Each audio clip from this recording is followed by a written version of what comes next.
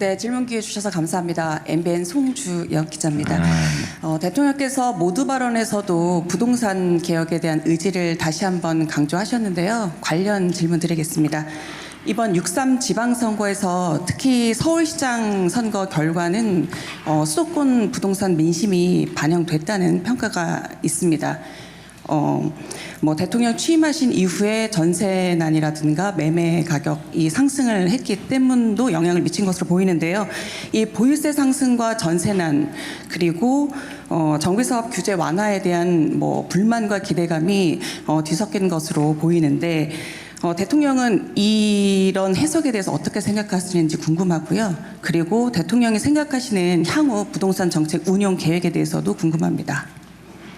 네, 대한민국에서 가장 어려운 문제, 현실적인 문제에 말씀을 해주셨습니다.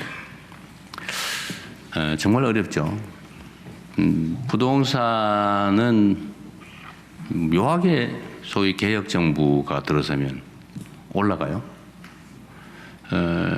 소위 보수 정부 이런 제가 진보 보수 이런 말 쓰기 싫어서 그런데 자꾸 쓰게 되네요. 어쨌든 그냥 썼으니까 하죠. 보수 정부에서 집권을 하면 부동산 값을 올리려고 고사를 지내는데도 안 올라가요. 담보도 풀어주고 이자율도 낮추고 빚내서 집 사라고 고사를 지내고 그냥 안 올라요. 안 오르고 있다가 그게 몇 년 동안 쌓여가지고 이 개혁 정부가 들어서면 그때 팍 올라가요. 그러니까 몇 번 경험이 쌓이다 보니까 이상하게 그런 선입관, 아무 관계가 없지만 그런 선입관이 생겨났죠. 저는 이 악순환의 고리를 끊어야 된다고 생각합니다. 대한민국의 미래 발전 가능성을 갉아먹는 또 현재 대한민국을 위협하는 여러 문제들이 있지만 그중에 제일 심각한 게 부동산 투기예요. 아무도 일하려고 하지 않습니다. 왜냐하면 남들이 은행에서 돈 빌려가 자기 돈도 아니에요. 남의 돈 빌려가지고 집을 몇 채씩 사놨더니 가만히 있다 보니까 그 일하는 것보다 훨씬 많은 수익을 준단 말이에요. 이때까지 경험이 그랬어요. 나는 이때까지 열심히 일했는데 결론은 보니까 나 패자처럼 느껴지는 거죠. 근로의욕을 훼손하죠. 그리고 그 과정에서 온갖 탈법, 편법들이 난무하죠. 그리고 결국은 그게 대한민국의 경제 구조를 통째로 왜곡했어요. 예를 들면 지금도 그렇게 크게 개선되지는 않았습니다.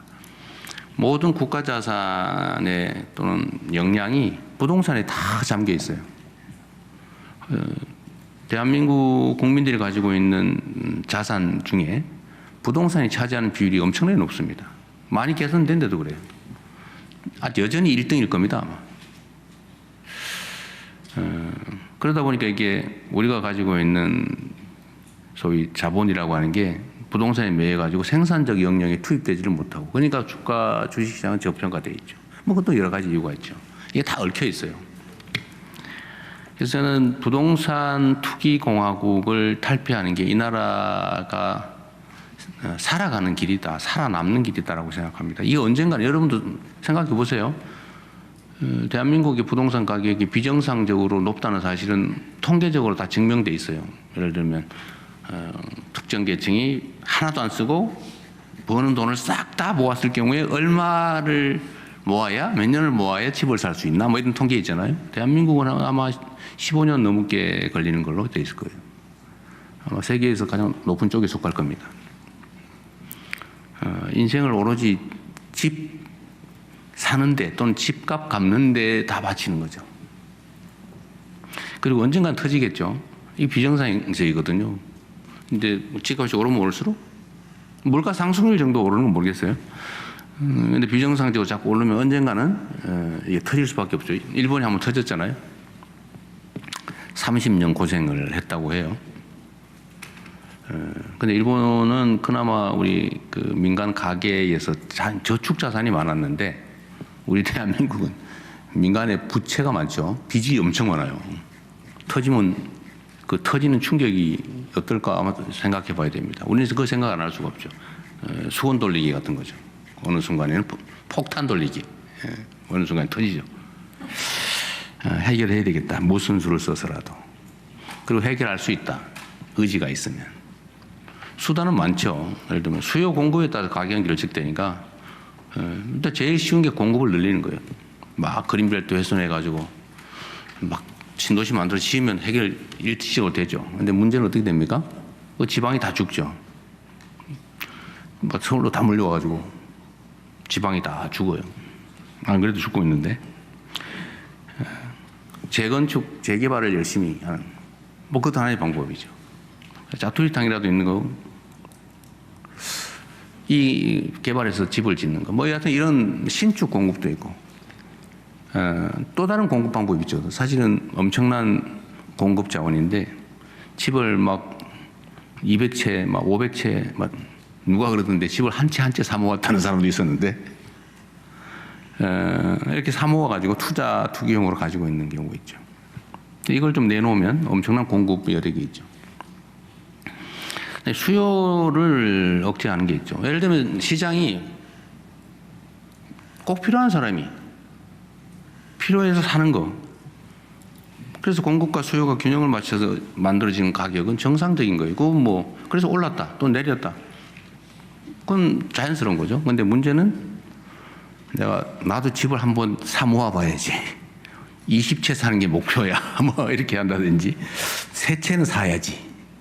월세 받아가지고 뭐 이렇게 생각을 해가지고 막 가수요, 투기 수요 이런 게 좀 많잖아요. 근데 이런 걸 또 줄이면 수요가 줄어들겠죠. 꼭 필요한 집 살 수 있게. 그래서 이 수요 공급을 조정하는 장치는 여러 가지가 있습니다. 뭐 규제의 문제도 있고요, 금융의 문제도 있고, 또는 세제의 문제도 있죠. 근데 우리나라의 보유세가 대체로 낮습니다. 그래서 많이 사모아도 부담이 별로 없어요. 근데 다른 나라들은 꼭 쓸데없이 부동산을 막 사가지고 있으면 부담이 돼가지고 어느 순간에 그 부동산이 사라져버려요. 그러니까 필요한 사람이 부동산을 가지고 있어요. 필요한 사람이 그걸 사서 쓸 수 있어요. 근데 우리나라는 무슨 임야도 아무짝에 쓸모없는 임야도 막 몇만 원, 최하 몇만 원, 10,000원 안 하는 임야가 없어요, 대한민국에.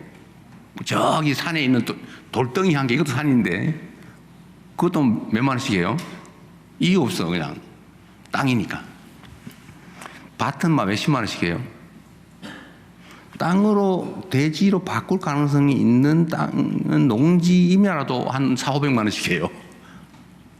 이상하잖아요. 그래서 못 써요. 꼭 필요한 사람이 못 써요. 이걸 고쳐야 되겠다. 일단 근본적으로는 기대 수익률을 낮추는 겁니다. 정상으로 투자를 해가지고 수익이 생기는 건 괜찮은데 투기를 위해서 땅을 사 모아놓으면 돈이 되더라. 수십 년 동안 그러다 보니까 앞으로도 그럴 거라고 믿어지죠. 그걸 해결을 해야 되겠다는 게 제 생각입니다. 답은 다 드렸는데 정리를 하면 필요한 영역에서 신축이든 재건축, 재개발이든 공급을 늘리는데 지금 제가 가급적이면 남 얘기 나쁘게 안 하려고 하는데 2022, 23, 24년 이 3년 동안에 공급이 확 줄었어요. 뭐 이상하게 재건축, 재개발도 엄청나게 많이 줄어들고 인가도 줄어들고 착공도 줄고 공급량이 확 줄었습니다. 거의 절반 가까이 줄었어요. 이걸 속도를 내서 좀 빨리 해야 되겠다. 신축이든 택지 개발이든 또는 재건축, 재개발이든 속도를 내서 빨리 한다. 공급을 늘리는 거죠. 그다음에 투기 투자 목적으로 가지고 있는 거주용이 아닌 주택에 대한 부담을 늘리자. 좀 팔아서 시장에 나오게 하자. 그리고 남의 돈으로 부동산 투기하는 거는 막자. 국가 경제에 도움이 안 된다. 언젠가는 금융기관도 대형 사고가 나는 수가 있다. 대한민국처럼 부동산 담보대출 많은 나라가 없어요. 그래서 신용대출 또는 담보대출을 좀 줄이자. 대한민국에도 민간 부채가 너무 많아요. 어느 순간에 큰일 날 수가 있습니다. 2,000조가 뭐 넘어가네 만에 지금 그러고 있어서 1%만 이자가 올라도 난리 나겠죠. 이게 지금 경제 상황을 왜곡하고 있습니다. 그래서 뭐 대출, 금융 부분도 좀 정리를 하고 또 세제 문제. 제가 여러 차례 얘기했으니까 여러분도 아마 아실 겁니다. 거주하기 위해서 거주 용도로 주택을 가지고 있는 거 보호해야죠. 부담이 너무 커지면 안 되니까. 근데 그게 거의 사치품화되어 있다. 그러면 서구 선진국이 하는 것만큼의 보유 부담을 갖게 하는 게 맞겠다. 또 여러 채를 가지고 있다. 뭐 하는 건 상관없어요. 뭐까지 하지 않습니다. 자본주의 사회니까. 그러나 그 상응하는 부담은 하게 하자. 그 여러분도 월급 타서 세금 내잖아요. 일정 수준이 넘으면 소득이 한 40, 한 5%, 8%를 거의 절반에 가까이 내죠. 뭐 그렇게 절반 내는 여러분이 계실 것 같지는 않은데, 그런 어쨌든 올라가면. 그런데 이 투자 소득은 뭘 왜 그렇게 많이 깎아줘야 됩니까? 열심히 일해서 버는 세금은 절반 가까이 내는데 1억만 돼도 그 정도 내지 않아요? 근데 이게 뭐 몇십억 돼도 세금이 거의 없어요. 뭐 오래 가지고 있다고 막 깎아주고요. 그 오래 투기했다고 뭘 깎아줍니까? 그 투기 권장 사회였던 거죠. 그래서 제가 부동산 정책에는 집 여러 채 가는 사람은 복사하는 사람도 다 빼자 이래가지고 다 빼고 있어요. 정말로 국가 경제와 상식에 따라서 정책 결정을 할 수 있게요. 좀 그렇게 세제, 금융, 규제, 공급 이런 것들을 정리해서 조만간에 정리를 해서 한꺼번에 하려고 합니다. 어차피 세제 문제는 7월 달이 돼야 아마 가능할 거고요. 그건 내년 예산할 때 한꺼번에 해야 될 것 같아서 그때쯤에 정리하고, 공급을 늘리는 정책은 지금 정리는 하고 있는데 속도를 좀 빨리 내는 걸로 조만간에 그것도 정리해서 발표하게 될 겁니다. 그리고 선거와의 영향에 관한 얘기인데, 원래 선거를 지고 나면 진 이유가 망가지고요. 선거에 한 표라도 이기고 나면 이긴 이유가 망가집니다. 뭐 분석하는 건 이유가 다양하죠. 선거 얘기는 누가 일단 물어볼 거라서 그때 가서 하기로 하고. 근데 이 부동산이 어떤 영향을 미쳤냐? 저는 그건 상수였다고 봐요. 그건 당연한 거예요. 그것 때문에가 아니고 그건 원래 있는 거예요. 그 위에서 어떤 결정이 나느냐가 중요하죠. 예를 들면 그런 질문과 비슷할 것 같아요. 서울의 보수 진영이 몇 %인데, 또는 경상도 출신이 몇 %인데, 전라도 출신이 몇 %, 이게 어떤 영향을 미쳤냐, 이거와 비슷하지 않을까 싶어요. 부동산 가격은 이미 서울의 주요 의제예요. 그리고 저는 상승 압력을 나름 잘 막아왔다고 생각합니다. 아마 서울 전역으로 따지면 부동산 정책에 대해서는 언제나 욕을 먹었거든요.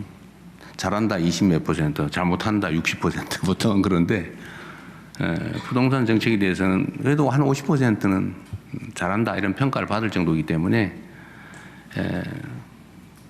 이게 부동산 가격 때문에 선거에 악영향을, 나쁜 영향을 미쳤다, 좋은 영향을 미쳤다고 따지면 아마 나쁜 영향보다는 좋은 영향이 차라리 더 많지 않았을까 싶어요.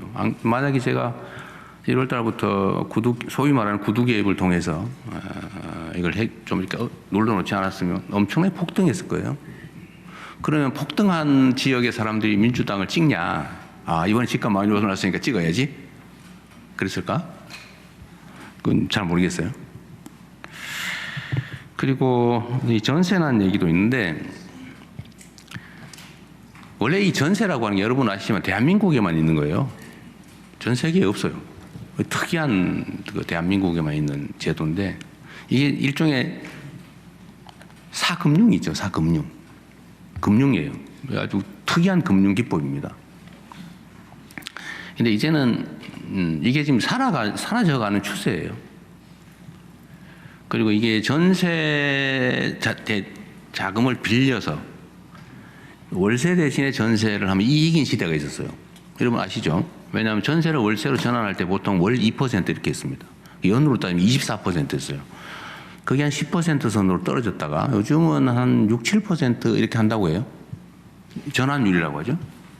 근데 은행의 대출은 한 4% 아니 뭐 특히 특례 대출 받아 3%대 이렇게 되지 않아요? 이게 지금 시장을 왜곡하고 있는 거죠. 결국은 조금씩 사라져 가지 않을까 싶어요. 이 전세 대출을 또 많이 해준 게 집값 상승의 주된 원인입니다.